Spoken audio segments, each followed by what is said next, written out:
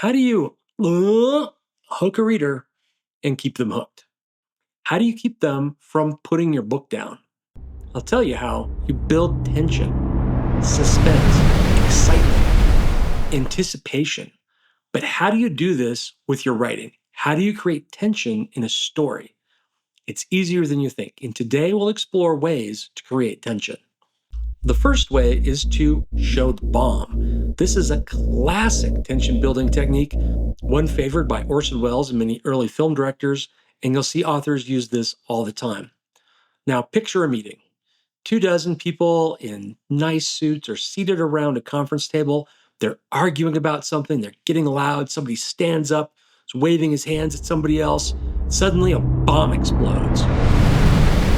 Holy shit.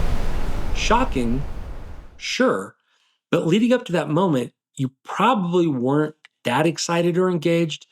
In fact, unless you were really into what they were arguing about, you were probably kind of bored. Now let's do that same scene again, but let's change it up a little. Picture a bomb under the table. A timer is set to 26 minutes and it's counting down. Now we pan out to see people in suits filing into the conference room. They take their seats, a meeting is called to order, and after some opening comments, they fall into a heated discussion. Now, you don't care much about their discussion, but you care very much about that bomb that's about to explode. Get out of there. Don't you know there's a bomb? See how much more tense that is? How much more exciting? Show the readers the bomb. Make sure they know about the impending threat, the high stakes, especially if the characters don't know about it. This will drive your readers crazy in a good way. The next method is to enter a scene late and leave early. This is one you hear about a lot in pacing discussions, as it allows you to trim out the boring parts and focus on the exciting bits. Great way to build scenes. But it's also a powerful tool for building tension, as it allows you to mask or obscure things that your reader is going. By coming into a scene late, you cut out important bits, which helps the pacing, right? But did you know you can leave out the important bits as well? That's right, you can enter a scene after something important or threatening has happened. The reader is going to worry. They're going to wonder how things came to this point. They'll want to know. They'll want to figure it out. So they're going to keep reading to see what the heck happened before they got there. This is a great tension builder. Why is your heroine running for her life, fleeing from her romantic interest when the last time you saw them together, they were arm in arm? The reader won't be able to let this go. They'll have to find out why this is happening.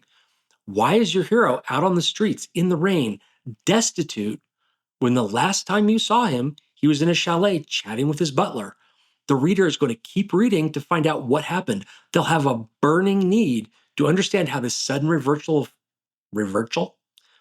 They'll have a burning need to understand how the sudden reversal of fortune happened so quickly. At the end of a scene, you can do the same thing. You can use the classic cliffhanger, the bait and switch, and a few other tricks that allow you to step out of a scene early. This can create a question in a reader's mind, or it can leave them with an unanswered question regarding something they were already concerned about. If there's a big moment that you've been building anticipation for, stop just before it happens and make them wait another chapter. If there's an unexpected reversal of fortune, cut away right after it's revealed, before the characters can do anything about it, before the reader can see them react to it. This will make the reader keep reading because they've got to find out, oh my God, this thing just happened. What are they going to do about it? All of these build tension, either creating or prolonging curiosity gaps. The reader will be frustrated, but they'll desperately want to know the outcome, so they'll keep reading. However, be careful. This can backfire if it's overdone. You need to mix it up. You can't abuse it, and don't ever overuse it. If they see the same cliffhanger pattern 3 chapters in a row, they're going to get bored. If the question is answered on the first page of the next chapter, they might get bored right there and take a break. And if you tease them along and they never get a satisfying resolution to the events, they'll lose faith in the author. But if you do this sparingly and deliberately and get a few more hooks into them before answering the question they desperately want answered, then they're going to stay on the edge of the seat and they're going to keep reading because they'll have to know what happened. They'll have to close that curiosity gap. So, are those the only ways to build tension? Of course not. Let's look at another one, the ticking clock. Now, this is a close cousin of showing them the bomb. This involves revealing something that puts a deadline in place. But in this case, both the reader and the characters are aware of the deadline and the consequences of missing it. So they both get to worry about it. Maybe your protagonist has to meet her contact at the train station at 11, but his train is leaving at 11:15. If she's late, he'll be gone. Perhaps your protagonist has to file a motion to dismiss by 4:30, or the trial proceeds the next morning no matter what. Oh no! Now, complicate their poor little lives by putting obstacles in the way that will keep them from doing the thing, keep them from reaching that goal in time, make them really face that countdown clock. Readers love this. It's very exciting. Will they make it? Will they overcome the problems? Or will they completely fail and have to find another solution? This is great tension building. Now, if you've made it this far, remember to like, subscribe, and leave a comment. That's how YouTube knows you've got something out of this video, and it really helps the channel. And that brings us to the last tension building tip. Don't tell the reader everything, or the viewer. Don't tell the viewer about the bonus tip at the end of the video. Keeping information from the reader can be done in a really cheesy way. Blatantly hiding a detail or event from the reader, even though it would be obvious to the characters in the scene, even though the characters would absolutely react and respond to it. This method is all too often seen in poorly written movies and TV shows, as well as amateurish writing, so don't do it. It simply does not work. Instead of building tension and opening a curiosity gap, it's going to annoy your reader. And egregious instances of this are not only going to be annoying, but confusing and off putting, and they're going to cause your readers to lose faith in you as a writer. So don't do this. Instead, the way to build tension by concealing information from the reader is either by leaving early so the reader doesn't get to see something they expected or anticipated, or to mask the character's intentions or motives.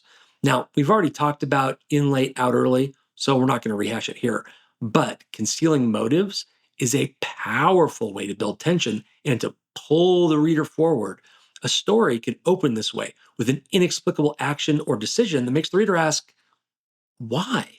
And they're going to keep reading to find out. It also works if a familiar character does something crazy or unexpected, something that seems like it's totally out of character.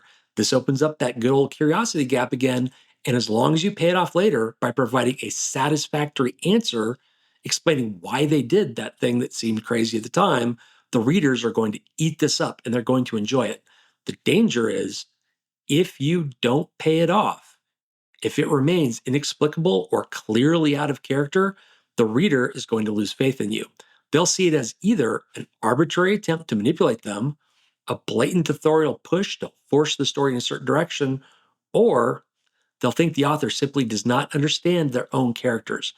And all of these will pull the reader right out of the story and cause them to lose faith in the author. So be careful.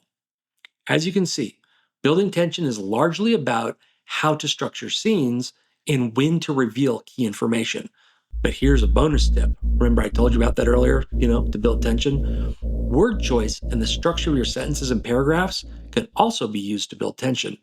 Short, snappy sentences and paragraphs can bring focus on action and tension, while longer sentences and more flowing prose can relax your reader, kind of give them a mental break. And modulating this carefully can put the reader on the edge, giving them a hint that something is not right, that something is about to happen without explicitly stating it. Play around with the language. You'll be surprised how much you can affect the mood, pacing, and tension just by word choice and how you write the scene. That's it for today. If you enjoyed this, do the things. It really helps the channel. Now get out there and write a tense scene. You have 1 hour before